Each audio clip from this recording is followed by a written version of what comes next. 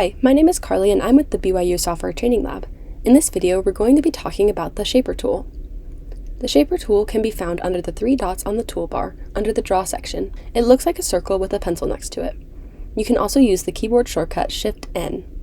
The way that it works is you can draw a shape, and then the Shaper tool will guess what shape you were trying to draw, and then create it. The Shaper tool is also kind of similar to the Shape Builder tool, which we have a previous video on. Both allow you to combine shapes.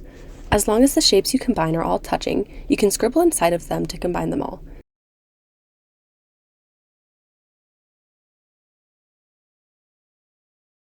If you scribble from the outside of the shape going over a certain part of the shape, it will delete that part. You can create really interesting shapes very quickly and easily with the Shaper tool.